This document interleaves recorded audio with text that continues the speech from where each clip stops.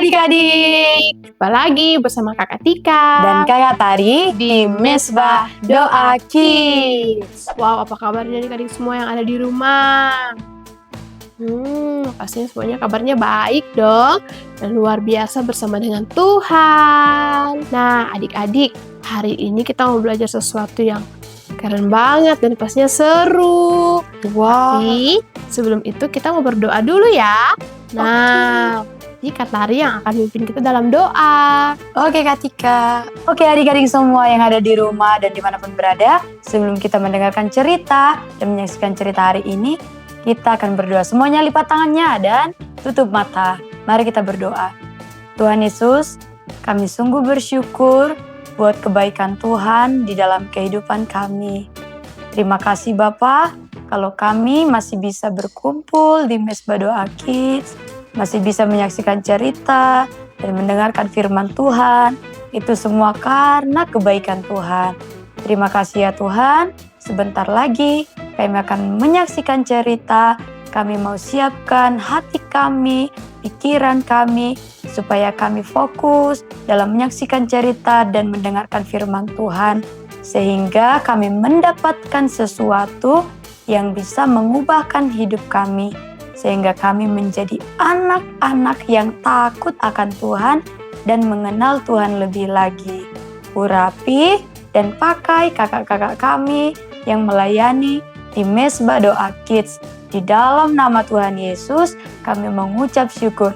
Haleluya. Amin. Nah, adik-adik, jadi di episode kali ini kita akan mengenal 12 murid Tuhan Yesus. Nah, jadi adik-adik, sekarang selanjutnya kita akan mendengarkan cerita dari salah satu murid Tuhan Yesus, yaitu Simon Petrus. Oke adik-adik, langsung saja kita dengarkan ceritanya, kenapa Simon Petrus sampai bisa menjadi murid Tuhan Yesus. Oke, langsung aja.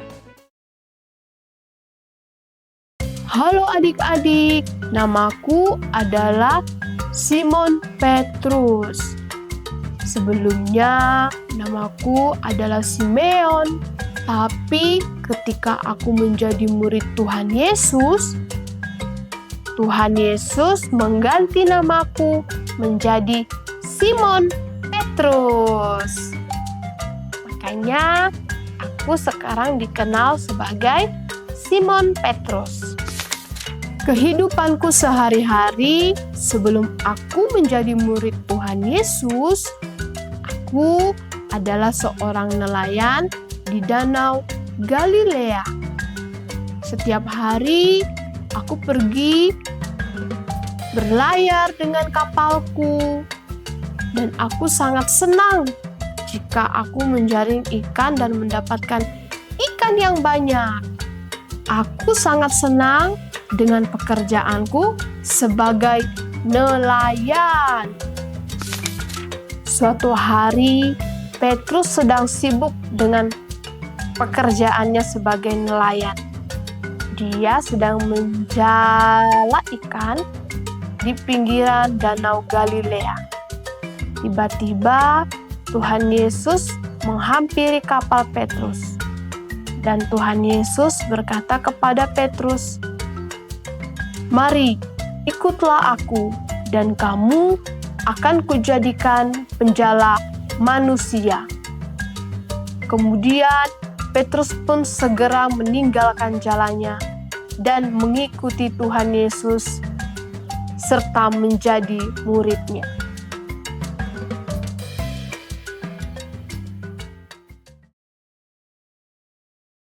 Nah, Kak Tari, itu dia tadi ceritanya, keren banget ya. Bagaimana Simon Petrus ini, dia itu seorang nelayan, Kak Tari. Ternyata dia suka menjaring ikan, menjala ikan. Tapi ketika Tuhan Yesus menghampirinya dan memanggil dia untuk menjadi murid, nah di sini yang keren banget. Dia langsung segera meninggalkan kapalnya, meninggalkan jala ikannya, dan dia langsung mengikut Tuhan Yesus. Wah, Tuhan Yesus sangat baik ya Kak Tika. Iya Kak Tari. Seorang Petrus yang adalah seorang penjala ikan, seorang nelayan. Sepertinya kelihatannya tidak cocok Iya, menjadi murid Tuhan Yesus. Bener banget. Tapi Tuhan Yesus sangat baik. Apapun kemampuan kita, apapun keahlian kita, Tuhan bisa pakai untuk kemuliaan nama Tuhan. Ya, bener banget Kak Tari. Itu Tuhan tuh sangat baik. Jadi adik-adik semuanya, kita harus percaya bahwa Tuhan itu bisa memakai siapa saja. Oke? Siapa saja Tuhan bisa pakai. Apapun kemampuan kita, Tuhan itu bisa pakai untuk kemuliaan nama Tuhan. Jadi, adik-adik semua jangan ada yang merasa minder ya. Iya Kak Tika, bener banget. Jadi jangan ada yang merasa minder ya adik-adik. Apapun keahlian kita, kemampuan kita, Tuhan bisa pakai dengan luar biasa. Oke, jadi adik-adik jangan takut ya. Kita percaya bahwa Tuhan juga akan memakai kehidupan adik-adik semua yang ada di rumah. Amin. Wah, Kak Tari, Katika jadi ingat Katika punya masa lalu dulu. Katika merasa Katika itu orang yang tidak pintar, orang bodoh. Tapi hari ini Tuhan bisa memakai Katika. Wow, luar biasa ya Kak Tika. Iya, Katika belajar ternyata Tuhan itu tidak hanya mencari orang yang pintar, orang yang hebat, tapi Tuhan mencari orang yang hatinya mau melayani Tuhan. Wow, amin. Luar biasa. Iya, adik-adik semua yang ada di rumah. Jadi, siapkan hati adik-adik untuk selalu mau melayani Tuhan. Tuhan akan memakai kehidupan adik-adik semua yang ada di rumah. Nah, adik-adik, selanjutnya kita akan mendengarkan satu ayat hafalan kita hari ini. Oke, langsung saja ya, kita baca bersama. Ayat hafalan kita hari ini terdapat di dalam kitab Yesaya pasal 43 bagian A. Bunyinya, oleh karena engkau berharga di mataku dan mulia, dan aku ini mengasihi engkau. Nah, itu dia ayat hafalan kita hari ini adik-adik. Ayatnya sangat menguatkan kita ya adik-adik. Jadi kita semua itu apa? Berharga di mata Tuhan. Dan juga Tuhan mengasihi kita semuanya. Amin. Oke? Jadi jangan merasa minder lagi. Ingat, seperti Simon Petrus, hanya seorang nelayan, berpakaian kumuh, tapi Tuhan memakai dia, Tuhan memanggil dia menjadi muridnya. Oke adik-adik, nah itu dia cerita kita kali ini. Kiranya cerita hari ini bisa memberkati adik-adik semua yang ada di rumah. Oke, sampai jumpa lagi ya di episode selanjutnya. Tuhan Yesus memberkati. Bye-bye. Bye-bye.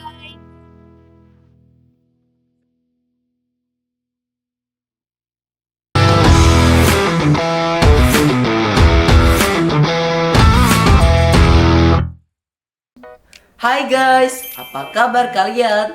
Selamat datang lagi di Mesbah Doa Kids bersama lagi dengan Ben. Kali ini kita akan membahas mengenai menabung. Nah, guys, kalian punya celengan gak di rumah? Iya, celengan. Celengan itu buat menabung uang. Nah, kalau aku sih dari kecil aku udah diajarin untuk menabung di celengan. Biasanya kita menabung uang di celengan atau enggak di bank, bisa juga. Terus sedikit demi sedikit, lama-lama jadi banyak. Nah, kalau tabungan hidup kita tuh di mana? Ya, bener, di hati. Iya. Terus sebagai anak Tuhan, kita juga perlu menabung hal baik di dalam hati kita. Amsal 4 ayat 23 berkata, peliharalah hatimu dengan segala kewaspadaan, karena dari sanalah terpancar kehidupan. Proverbs 4 verse 23 said, keep your heart with all diligence, for out of it spring the issues of life. Kadang-kala orang terdekat kita seperti papa, mama, adik, kakak atau nggak teman sekolah bisa bertengkar hal-hal kecil, terus sampai akhirnya bisa kesal, jengkel. Nah, begitu kesal dan jengkel, hati kita bisa menjadi kotor. Nah, guys, Alkitab adalah satu-satunya buku yang berkata bahwa hati yang gembira adalah obat yang manjur. Proverbs 17 verse 22 states, "A merry heart does good, like medicine, but a broken spirit dries the bones." Satu hal yang harus kita jaga dalam hidup kita itu adalah hati.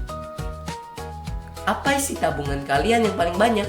Apakah koleksi musuh, atau iri hati karena teman lebih pintar, atau lebih kaya, atau lebih berprestasi di tabungan hati kita? So, setiap hari kita harus mengisi hati kita dengan hal-hal yang baik, seperti firman Tuhan, doa, kejujuran, kebaikan, pengampunan, ucapan yang membangun, terus ketaatan kepada Tuhan. Nah, pesannya sih, kalau hati kita sering diisi dengan hal baik, maka yang keluar dari hidup kita juga hal baik. Misalnya, saat teman kita membuat kita kesal, ya hati yang penuh firman Tuhan itu akan lebih mudah untuk memilih untuk sabar, bukan membalas kasar. Mari kita berdoa. Terima kasih Tuhan atas penyertaan Tuhan selama kami mendengarkan firman Tuhan. Terima kasih Kau telah mengajarkan arti menabung kebaikan dalam hati. Biarlah dari hati kami selalu memancarkan kehidupan untuk sekeliling kami. Haleluya, amin. Oke, stay tune guys untuk selanjutnya ya. Bye.